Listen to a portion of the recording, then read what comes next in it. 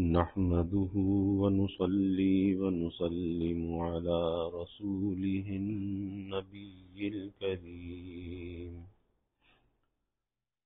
وعلى آله وأصحابه أجمعين. اللهم صل على سيدنا ومولانا محمد وعلى آل سيدنا ومولانا محمد وبارك وسلم صلاة وسلاما كثيرا كثيرا.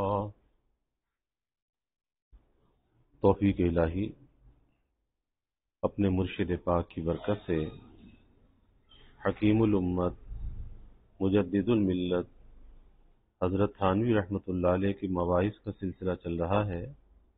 التحصیل بالتسہیل کے نام سے حضرت کا یہ بات چل رہا ہے، جس میں انفاق پر بات چل رہی تھی کہ انفاق اگر اس کی غایت کو سوچا جائے کہ اس کا فائدہ کیا ہوگا تو اس سے انسان کے لیے انفاق آسان ہو جاتا ہے. ایک اس کی غایت یہ ہے کہ اللہ تعالیٰ راضی ہوں گے، اللہ کی رضا کے لیے انفاق کرے، اور ایک غایت یہ ہے کہ اللہ کی مخلوق کو جو ہے فائدہ ہوگا تو اجر و ثواب ملے گا. اس پر یہ بات چل رہی، فرمایا کہ اس حقیقت کو ملحوظ رکھ کر اب سنیے کہ اس مقام پر حق تعالی نے انفاق کا امر فرمایا. یہ تو تحصیل ہے کہ اللہ نے حکم دیا کہ یہ کام کرو، مگر اس میں تکلیف کے ساتھ عنایت کو بھی جمع کر دیا. بعبارت دیگر یوں کہیے کہ طلب تحصیل کے ساتھ تسہیل کی بھی رعایت ہے، اور بیان اس کا یہ ہے کہ انفاق فعل اختیاری ہے، اور فعل اختیاری کے لیے عادتاً تصور غایت ضروری ہے. کس مقصد کے لیے یہ کام کر رہا ہوں، جس کے بغیر صدور نہیں ہو سکتا. پس صدور فعل کے لیے تصور غایت کا شرط عادی ہونا ضروری ہے، اور وہ بھی اکثری یعنی اکثر مواقع پر. لیکن اس میں مجھ کو کلام ہے کہ تصور غایت عقلاً بھی لازم ہے یا نہیں. اصل اس پر یہ بات چل رہی تھی پرسوں سے.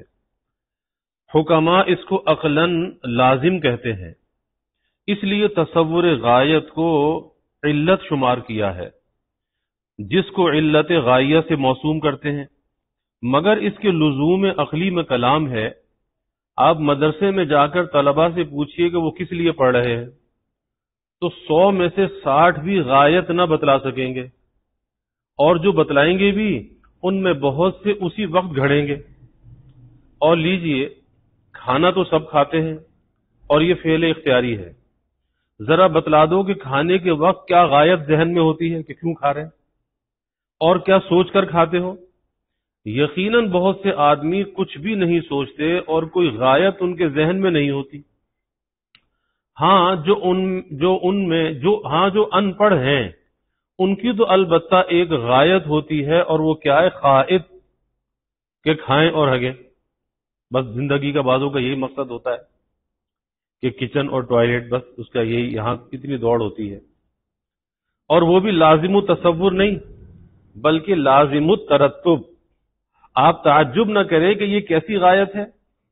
ایک بڑے فلسفی نے یعنی صاحب شمس بازغہ نے بھی شمس بازغہ میں غایت کی یہ بھی ایک قسم لکھی ہے کہ بندہ خدا کو مثال بھی ایسی ہی ملی، مگر اعتراض کرنے کی کوئی ضرورت نہیں، ہر شخص کا اپنا اپنا مذاق ہے. ان فلسفیوں کی طبیعت ایسی ہی ہوگی. جیسے ایک بادشاہ نے 4 سمت کی چار عورتیں جمع کی، 4 علاقوں میں 4 جگہوں سے شادی کی. ایک دفعہ اس نے سب کی طباع کا امتحان کرنا چاہا، اور رات کے اخیر حصے میں سب سے پوچھا کہ اب کیا وقت ہے. سب نے بالاتفاق کہا کہ صبح ہو گئی. اس نے دلیل پوچھی کہ اس کی کیا دلیل ہے کہ صبح ہو گئی. تو ایک نے کہا کہ میری نتھ کا موتی ٹھنڈا ہو گیا. اب یہ بہت لطیف وجہ ہے، کیونکہ صبح کی ہوا میں خنکی زیادہ ہوتی ہے، ٹھنڈک ہوتی ہے. اس نے موتی کی ٹھنڈک سے اس پر استدلال کیا. دوسری نے کہا کہ پان کا مزہ منہ میں بدل گیا، اور تیسری نے کہا کہ شمع کی روشنی دھیمی پڑ گئی، جو ساری رات شمع جلتی رہی اب اس کی لو جو ہے وہ دھیمی پڑ رہی ہے، اس کا مطلب دن نکل رہا ہے، دن کی روشنی آ رہی ہے۔ یہ دلائل تو لطافت ادراک پر مبنی تھے، اور چوتھی نے کہا کہ میرا گو آ رہا ہے۔ بادشاہ نے اس بیوی کو فوراً الگ کر دیا، کیونکہ اس کے جواب سے کثافت فہم متشرع تھی کہ اس کے ذہن کتنا کثیف ہے۔ تو جیسے ان جوابات کی بنا اختلاف مذاق پر تھی، ایسے ہی شمس بازغہ کی مثال ان فلسفیوں کے مذاق کی خبر دے رہی ہے۔ غرض مجھے افعال اختیاریہ میں تصور غایت کا لزوم عقلی مسلم نہیں، ورنہ تخالف نہ ہوتا۔ ہاں یہ ضرور ہے کہ بعادت اکثریہ بدون تصور غایت کے افعال اختیاریہ کا صدور دشوار ہے۔ جو اختیاری کام ہے کرنے کے، اگر کوئی غایت سامنے پیش نظر ہوتی ہے کام میں سہولت ہو جاتی ہے، اور بغیر غایت کے وہ عمل کے اندر مشقت بڑھ جاتی ہے۔ خصوصاً افعال شاقہ کا اور انفاق، اللہ کے راستے میں خرچ کرنا فعل شاق ہے، تو اس کے قبل اس کی غایت کا تصور ضروری ہوگا۔ سو یہاں دو غایتیں مذکور ہیں۔ اول غایت تو یہ بیان فرمائی ابتغاء مرضات اللہ، کہ وہ لوگ اپنا مال خرچ کرتے ہیں اللہ تعالی کی رضا طلب کرنے کے لیے۔ تو اس غایت کا اثر تو تحصیل ہے کہ یہ کام کرو، اس سے اللہ کی رضا حاصل ہوگی، کہ اس کے تصور کے بغیر اس فعل اختیاری کا صدور عادتاً دشوار تھا۔ اس کے بعد ایک اور غایت بیان فرماتے ہیں، وَتَثْبِيتًا مِّنْ أَنفُسِهِمْ۔ مفسرین نے لکھا ہے کہ یہاں من بمعنی لام ہے، یعنی دوسری غرض انفاق میں یہ ہوتی ہے کہ اپنے نفسوں میں اعمال کے اندر پختگی پیدا کریں۔ اس کا حاصل یہ ہے کہ بعض بخیلوں کو انفاق میں بہت دشواری ہوتی ہے، جن کا مذاق یہ ہوتا ہے گر جاں طلبی مذائقہ نیست در زر طلبی سخن در این است، کہ اگر جان طلب کرو تو کوئی حرج نہیں، مگر مال اگر طلب کرو گے تو اس میں مجھے اعتراض ہوگا۔ جیسے مولانا روم رحمت اللہ علیہ نے ایک بدوی کا قصہ لکھا ہے کہ سفر میں ایک کتا اس کا رفیق تھا، وہ مرنے لگا تو بدوی اس کی مفارقت کے غم میں رونے لگا۔ کسی مسافر نے پوچھا کہ بھائی کیوں روتا ہے؟ کہا کہ یہ کتا میرا رفیق سفر تھا، اب یہ مر رہا ہے، جدا ہو رہا ہے، میں اس کے غم میں رو رہا ہوں۔ تو پوچھا کہ اس کو تکلیف کیا ہے، کیوں مر رہا ہے؟ کہا کہ بھوکا ہے، فاقے سے مر رہا ہے۔ اس نے دیکھا کہ ایک طرف پوٹلا بندھا ہوا رکھا ہے، تو بدوی نے پوچھا کہ اس پوٹلے میں کیا ہے؟ کہا کہ سوکھی ہوئی روٹیاں ہیں۔ تو کہا کہ ظالم، جب تجھے اپنے کتے سے اس قدر محبت ہے کہ اس کے غم میں رو رہا ہے تو اس میں سے ایک روٹی نکال کر کیوں نہیں کھلا دیتا؟ تو وہ کہتا ہے گفت نایت بے درم در راہ نا لیک ہست آب دو دیدہ رائے گاں۔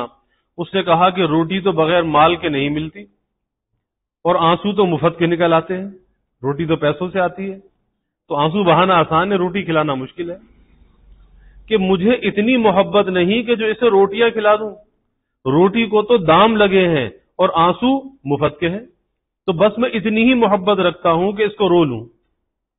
تو حق تعالی وَتَثْبِيتًا مِّنْ أَنفُسِهِمْ میں ایسے بخیلوں کے لیے انفاق کی دشواری اور تنگی رفع کرنے کا طریقہ بتلاتے ہیں کہ تم انفاق اسی نیت سے کرو کہ اس سے نفس میں قوت پیدا ہوگی اور انفاق سہل ہو جائے گا، اور بار بار اسی نیت سے انفاق کرو تو یہ مادہ راسخ ہو جائے گا، خرچ کرنے کی عادت ہو جائے گی۔ اس غایت کا اثر تسہیل ہے، اور جو طریقہ سہولت انفاق کا یہاں بتلایا گیا یہ تمام اعمال میں جاری ہے کہ تکرار عمل سے ہر عمل صعب سہل ہو جاتا ہے، یعنی کوئی بھی عمل مشکل لگ رہا ہے، کوئی بھی کام مشکل لگ رہا ہے، بار بار اس کام کو کرتے رہو وہ آسان ہو جائے گا، اس میں سہولت پیدا ہو جائے گی۔ گو فطری خلق کی برابر سہولت نہ ہو، یعنی جیسے فطری سخی، اب اس کو انفاق میں سہولت ہوتی ہے، اللہ نے اس کے دل میں فطرت کے اندر یہ بات رکھی ہے، وہ خوشی سے خرچ کرتا ہے، تو ویسی آسانی گو نہ ہو مگر تکرار سے بھی بہت کچھ سہولت ہو جاتی ہے، خصوصاً جب کہ تکرار اسی غرض سے ہو تاکہ عمل سہل ہو جائے، اور یہ غرض گو بالذات مقصود نہیں بلکہ غرض اول اصل ہے کہ اللہ کی رضا حاصل ہو جائے، اللہ راضی ہو جائے۔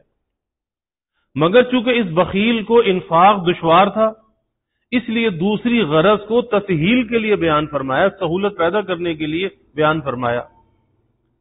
اسی طرح ایک حدیث میں ہے، حضور نبی کریم صلی اللہ علیہ وسلم نے نکاح کی ایک غرض بیان فرما دی کہ اس سے عفت فرج و حفاظت نگاہ سہل ہو جاتی ہے، نکاح سے شرمگاہ کی حفاظت اور نگاہ کی حفاظت ہو جاتی ہے۔ اصل مطلوب تو تحسین فرج و غض بصر ہے، جو کہ بدون نکاح بھی قدرت و اختیار میں ہے۔ کوئی اگر چاہے بغیر نکاح کے بھی شرمگاہ کی حفاظت بھی کر سکتا ہے، نگاہ کی حفاظت بھی کر سکتا ہے، مگر حضور صلی اللہ علیہ وسلم نے نکاح کا بھی امر فرما دیا، کیونکہ وہ اس مطلوب کی تسہیل کا وسیلہ ہے، اس سہولت کو حاصل کرنے کا وسیلہ ہے۔ اس سے آسانی سے شرمگاہ کی حفاظت بھی ہوگی، نگاہ کی حفاظت بھی ہوگی۔ اسی لیے اغض و احسن صیغہ تفضیل سے فرمایا، یعنی غض و تحسین میں زیادہ معین ہے، اور اسی لیے نکاح کو غض بصر اور حسن فرج کی غایت تسہیل کہا گیا، کیونکہ نگاہ و شرمگاہ کی حفاظت بدون نکاح کے بھی ممکن ہے، کیونکہ نگاہ کا اٹھانا امر اختیاری ہے۔ کوئی دوسرا تو سر پکڑ کر نہیں اٹھا دیتا، آدمی خود اپنے اختیار سے دیکھتا ہے، اور یہ امر مشاہد ہے، لیکن اس شخص کو اس میں دھوکہ ہو جاتا ہے کہ یوں سمجھتا ہے کہ میں نظر میں مضطر ہوں، یعنی میرے اختیار میں نہیں ہے، بس غیر اختیاری طور پر ایسا ہو جاتا ہے، حالانکہ ایسا نہیں ہے، اپنے اختیار سے دیکھتا ہے۔ اور دھوکہ اضطرار کا اس لیے ہوتا ہے کہ آج کل لوگ عموماً نگاہ نیچی رکھنے کے عادی نہیں ہیں، اونٹ کی طرح سر اٹھا کر چلنے ہی کے عادی ہیں، اسی لیے نگاہ میں اپنے کو مضطر سمجھتے ہیں کہ ہمارا اس پہ اختیار نہیں ہے، ایک غیر اختیاری چیز ہے، اضطراری چیز ہے۔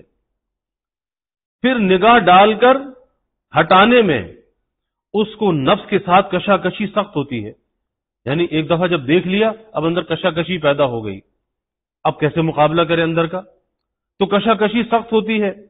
جس کی مقاومت دشوار ہے، نفس پہ رکاوٹ ڈالنا دشوار ہے، اس دشواری کو وہ اضطرار سمجھنے لگتا ہے، حالانکہ وہ اضطرار نہیں ہے، کیونکہ وہ اس حالت میں بھی غض بصر پر قادر رہتا ہے، نظر کو جھکا سکتا ہے، بس وہ مختار ہے۔ اگر اس پر کسی کو شبہ ہو کہ جس اضطراریہ میں میتا حلال ہو جاتا ہے، یعنی مردال حلال ہو جاتا ہے، کوئی اضطراری کیفیت ایسی بھی ہے، فاقہ ہے، کھانے کو نہیں مل رہا، اپنی جان بچانے کے لیے اب وہ حرام مردہ بھی جو ہے وہ حلال ہو جائے گا، تو اضطرار تو وہ بھی نہیں، کیونکہ عدم تناول میں پھر بھی اختیار میں رہتا ہے، پھر بھی سخت تکلیف کو شریعت نے اضطرار قرار دیا، چنانچہ ارشاد ہے فَمَنِ اضْطُرَّ فِي مَخْمَصَةٍ، تو معلوم ہوا کہ سخت تکلیف بھی اضطرار میں داخل ہے، تو غض بصر میں بھی جب سخت بے چینی ہونے لگے تو وہ اضطرار کیوں نہیں؟ اور اگر اضطرار ہے تو وہ شخص معذور ہے؟ تو میں کہوں گا کہ آیت میں اضطرار اصطلاحی کا ذکر نہیں بلکہ اضطرار لغوی کا ذکر ہے، اور یہ اضطرار لغوی اکل میتا میں عذر ہے، اس فاقے کی حالت میں، اس اضطراری حالت میں یہ عذر ہے، اور نظر بھی شہوت میں عذر نہیں۔ اگر کوئی کہے کہ اس فرق کا کیا سبب، اس کا جواب یہ ہے کہ آپ کی قسمت خدا کی یہی مرضی، اس کا جواب یہ ہے، آپ کی قسمت خدا کی یہی مرضی، یہ جواب تو ضابطے کا تھا۔ اب میں تبرعاً دونوں میں فرق بھی بتلاتا ہوں کہ اختصار مخمصہ میں موت کا اندیشہ ہے کہ وہاں پہ جان جا سکتی ہے، کتنا فاقہ کرے گا، تو جان کا اندیشہ ہے، اور حیات کا بقا مطلوب ہے کیونکہ وہ معراج ترقی ہے، زندگی ہوگی تو ترقی کرے گا، معراج ترقی ہے۔ حیات ناسوتیہ ہی سے روح کو ترقی ہوتی ہے، کیونکہ مدار ترقی اعمال ہیں، اور روح مجرد سے صدور بعض اعمال کا نہیں ہو سکتا، اس کے لیے جسم کی بھی ضرورت ہے۔ اگر یہ وجہ نہ ہوتی تو پھر جنت سے دنیا میں ہمارے بھیجے جانے کی کیا ضرورت تھی؟ روح تو وہاں پر بھی موجود تھی۔ اور نظر الی الاجنبیہ سے بچنے میں موت کا خوف نہیں ہے۔ وہاں تو فاقہ ہے، بھوک ہے نا، وہاں تو خطرہ ہے کہ زندگی چلی جائے گی، اور یہاں یہ خطرہ تو نہیں ہے نظر کو بچانے میں، تو اس لیے کہ اضطراری حالت نہیں ہے۔ تو نظر الی الاجنبیہ سے بچنے میں موت کا خوف نہیں، بلکہ غض بصر میں زیادہ حیات ہے۔ حدیث میں وعدہ ہے کہ جو شخص تقاضائے نظر کے وقت نگاہ نیچی کر لے اس کو حلاوت ایمان نصیب ہوتی ہے، اور اس کے ساتھ ایک طبعی حلاوت بھی ہوئی ہے، وہ یہ کہ جب غض بصر کے بعد اس کا دل یہ کہتا ہے کہ شاباش، آج شیطان کو خوب زیر کیا، یعنی ایک کامیابی کا ایک اندر سے جوش ہوتا ہے، ایک فتح کا، جیت کا، اور اگر دیکھ لیا تو شکست ہے، کس سے؟ شیطان سے شکست کھا گیا، اور اگر نہ دیکھا، نظر کو جھکا لیا تو شیطان کو شکست دے دی، اپنے نفس کو شکست دے دی، تو اس کے اندر فتح ہے، کامیابی ہے۔ تو وہ بات حضرت فرما رہے ہیں کہ غض بصر کے بعد اس کا دل یہ کہتا ہے کہ شاباش، آج شیطان کو خوب زیر کیا، اور یہ فخر اہل اللہ نے بھی کیا ہے، مگر اشر و بغر کے ساتھ نہیں، بلکہ تحدث بالنعمہ کے طور پر، اور اس قسم کا فراح خوشی محمود ہے۔ چنانچہ نص ہے قل بفضل اللہ وبرحمتہ فبذلک فلیفرحوا۔ غض بصر، غرض غض بصر میں باطنی حیات بھی ہے اور حیات ظاہرہ کا ابقاء بھی ہے، کیونکہ بعض دفعہ یہ نگاہ بد جان و ایمان تک لے لیتی ہے، یہ نگاہ بد جان و ایمان تک لے لیتی ہے۔ ابن القیم رحمہ اللہ نے قصہ لکھا ہے کہ کوئی شخص ایک امرد پر عاشق تھا، بے ریش لڑکے پر عاشق تھا، اور وہ اس سے نفور یہاں تک کہ یہ عشق میں گھل کر مرنے کے قریب ہو گیا، یعنی ایسا روگ اندر لگ جاتا ہے، اندر ہی اندر گھلتا رہا اور مرنے کے قریب ہو گیا، اور آثار نزع شروع ہو گئے۔ اس امرد کو اطلاع ہوئی، اس کے دل میں رحم آیا کہ لاؤ ایک دفعہ اس سے مل لوں، اب تو مر ہی رہا ہے۔ وہ اس ارادے سے گھر سے چلا اور اس کی اطلاع کسی نے عاشق کو دی کہ بھئی وہ تمہارا محبوب جس سے محبت کرتے وہ آ رہا ہے، تو فوراً جسم میں قوت آ گئی اور اٹھ بیٹھا۔ پھر امرد کو اپنی بدنامی کا خیال ہوا اور راستے ہی سے لوٹ گیا، اور مومن کے قول پر عمل پیرا ہوا۔ مومن ایک شاعر گزرا ہے، اس کا تخلص ہے، اس نے شعر کہا اس بت سے مرتا ہے وہ مومن، کہا اس بت سے وہ مرتا ہے وہ مومن، کہا میں کیا کروں مرضی خدا کی، کہا اس بت سے مرتا ہے وہ مومن، کہا میں کیا کروں مرضی خدا کی۔ تو اس امرد نے اس وقت اسی شعر پر عمل کیا، اور اس کی اطلاع بھی عاشق کو ہوئی کہ بھئی وہ تو آ رہا تھا تو سنبھل کر بیٹھ گیا، طاقت آ گئی، اور جب کہا وہ تو راستے سے واپس چلا گیا، اس کو اطلاع ہوئی تو فوراً گر پڑا اور نزع شروع ہو گیا۔ لوگوں نے اس کو کلمے کی تلقین شروع کی تو بجائے کلمے کے اس نے امرد کو خطاب کر کے اشعار پڑھنا شروع کیے، جس میں ایک شعر یہ تھا، رضا کا اشہی الی الفؤادی من رحمت الخالق الجلیل، اے معشوق تیری رضا مجھے زیادہ محبوب ہے حق تعالی کی رحمت سے۔ نعوذ باللہ، نعوذ باللہ، استغفر اللہ، نعوذ باللہ۔ اور اسی کلمہ کفر پر جان دے دی۔ کتنا خطرناک فتنہ ہوتا ہے، اور خطرہ نظر عمد میں ہے، خطرہ نظر عمد میں ہے، یعنی اپنے اختیار سے دیکھنا، اپنے ارادے سے دیکھنا، کسی کو گھورنا، کسی کو تکنا، اور وہی حرام ہے، یعنی قصد نظر حرام ہے، صاحب نظر معاف ہے، بھولے سے نظر پڑ گئی فوراً جھکا لی تو معاف ہے۔ تو خطرہ نظر عمد میں ہے اور وہی حرام بھی ہے، باقی اور نظر فجاعت میں یہ اثر نہیں، کیونکہ فوراً غض بصر کرنے سے وہ اثر قوی نہیں ہونے پاتا۔ اگر اس پر کسی کو شبہ ہو کہ ممکن ہے کہ اس میں بھی ہلاکت ہو جائے تو میں کہوں گا کہ یہ امکان ایسا ہے جیسے امام ابو یوسف رحمت اللہ علیہ کے شاگرد نے مجلس امالی میں سوال کیا تھا کہ آپ نے ابھی جو یہ فرمایا ہے کہ غروب آفتاب کے ساتھ ہی روزہ افطار کر لینا چاہیے، تو بھلا اگر کسی دن آفتاب ہی غروب نہ ہو تو کیا کرے؟ اب شاگرد نے کلاس میں سوال کر لیا، مسئلہ بیان ہوا کہ جیسے غروب آفتاب ہو جائے فوراً روزہ افطار کر لو، تو کہتا ہے جی اگر کسی دن آفتاب ہی غروب نہ ہو تو کیا کرے؟ اور وجہ فرق کی یہی ہے کہ نظر فجاعت میں بوجہ عدم التفات کے دقائق حسن کا ادراک نہیں ہوتا، یوں ہی سرسری طور پر صورت سامنے ہو جاتی ہے، فوراً نظر کو جھکا لیتا ہے، تو وہ چیز اندر نقش نہیں کرتی۔ اب اس کو حکم ہے کہ صرف نظر کا اگر فوراً نگاہ کو ہٹا لے تو کچھ خطرہ نہیں، اور اگر اس کے بعد عمدن دیکھنے لگا، یعنی نظر تو پڑی تھی غیر اختیاری طور پر، اب اس کو چاہیے تھا فوراً نظر کو جھکا لیتا، لیکن نظر جب پڑی غیر اختیاری، اس نے اختیاری بنا لیا، اب جان کے دیکھنے لگا، تو اب یہ عمدن ہو گیا، یہ ارادتن ہو گیا، تو عمدن دیکھنے لگا، تو اب اس کو اس کے ساتھ تعلق ہو جانے کا احتمال ہے، اور تعلق کے بعد اگر وصال نہ ہوا تو موت کا خطرہ ہے، اور ایک دو بار وصال ہو گیا تو اس سے پیاس بجھے گی نہیں بلکہ زیادہ بھڑکے گی۔ کناروں بوجھ سے دونا ہوا عشق، کناروں بوجھ سے دونا ہوا عشق، مرض بڑھتا گیا جوں دوا کی۔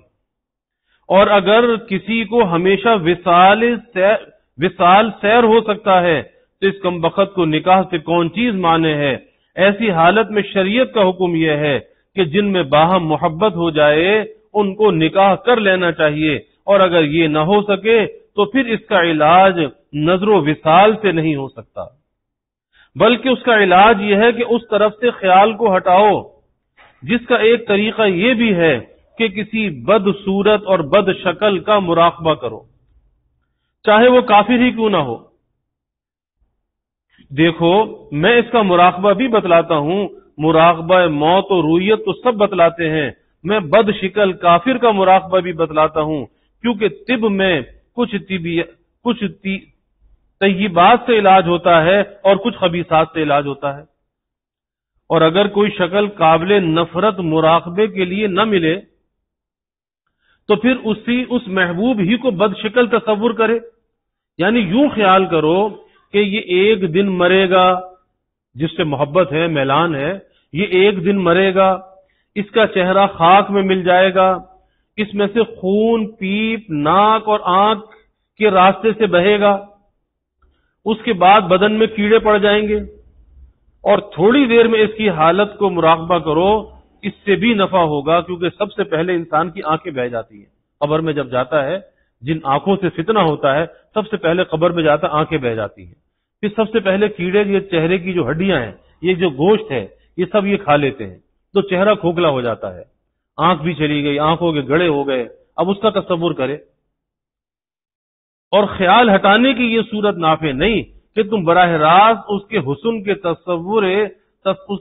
کے تصور کو دفع کرنے کا قصد کرو، کیونکہ اس میں پھر استحزار بڑھے گا، اس کے کوئی عکس، اس کا کوئی الٹ تصور کرو، کسی بدصورت کو اپنے سامنے لے کر آؤ،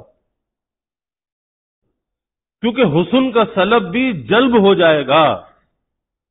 میں نے مولانا سید احمد صاحب دہلوی رحمۃ اللہ علیہ سے ایک حکایت اسی قبیل کی سنی ہے کہ ایک شخص نے اپنے لڑکے کی شادی میں دولہا کے لیے کسی کا دوشالہ مانگ کر مجلس نکاح میں اڑا دیا۔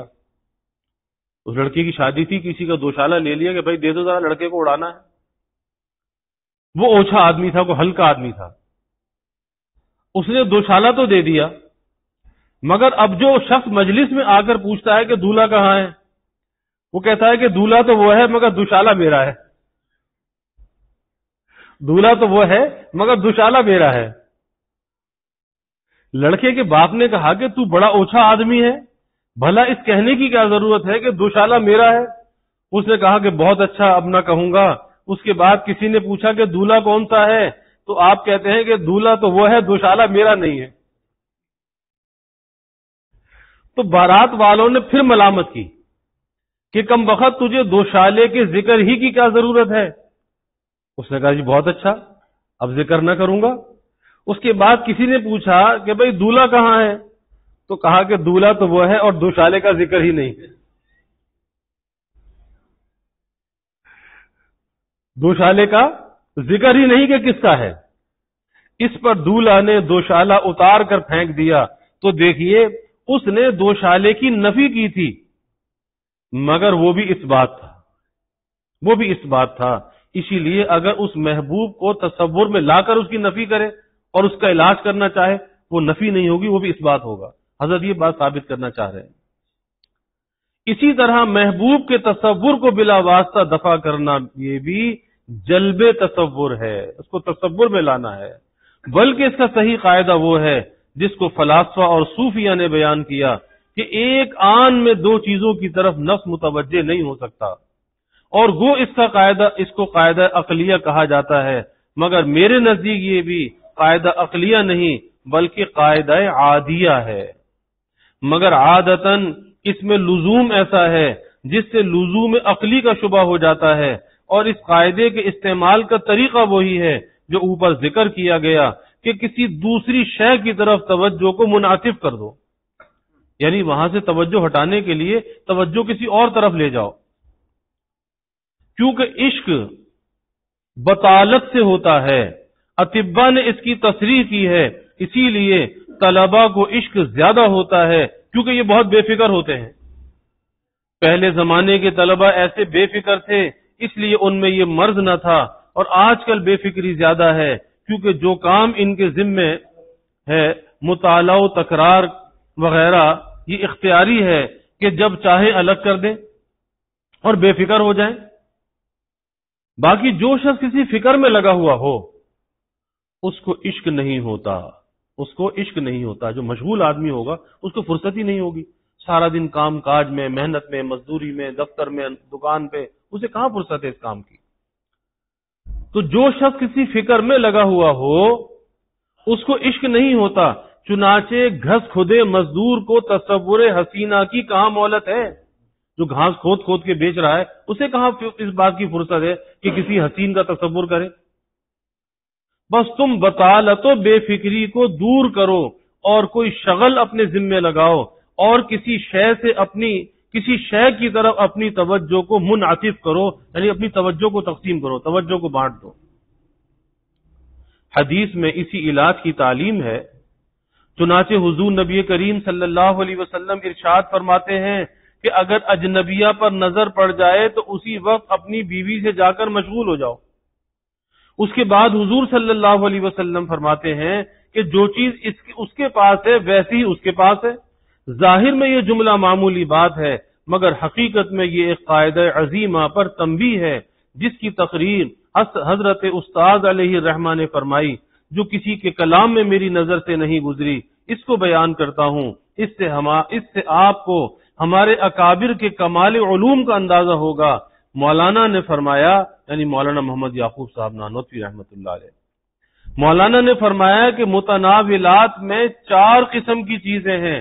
بعض میں محض لذت مقصود ہے جیسے فواکہ پھل، بعض میں دفع حاجت مقصود ہے کہ حاجت انسان کی پوری ہوتی ہے، حاجت دور ہوتی ہے، اور بعض میں دونوں مقصود ہیں مگر غالب حاجت ہے جیسے اغذیہ غذا، اغذیہ یومیہ، اور بعض میں دونوں مقصود ہیں مگر غالب لذت ہے، اور عادتاً قرب نساء ایسی ہی چیز ہے.